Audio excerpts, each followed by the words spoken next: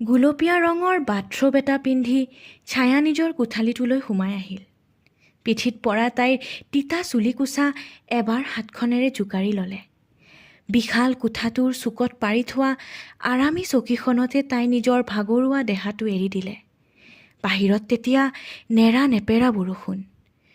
পৰ্দাখনৰ মাজেৰে হঠাতে চিকিমিকিৰ পোহৰ আহি অন্ধকাৰ কোঠাটো খন্তেক সময়ৰ বাবে পোহৰাই তুলিলে। চকীখনৰ পৰা উঠি ছায়া বেলকনিলৈ ওলাই গ'ল। বেলকনিৰ ৰেলিঙত হাত দুখন থৈ তাইৰ মুখখন সামান্য বাহিৰৰ ফালে উলিয়াই দিলে। বৰষুণৰ টোপালবোৰৰ পৰশত তাইৰ ক্লান্ত শৰীৰটোৱে যেন কিছু সতেজতা পালে। চকু দুটা তাই মুদি দিলে। বাহিৰৰ ধুমুহাজাক যেন তাইৰ ভিতৰৰ ধুমুহাজাকৰ তুলনাত তেনেই শান্ত।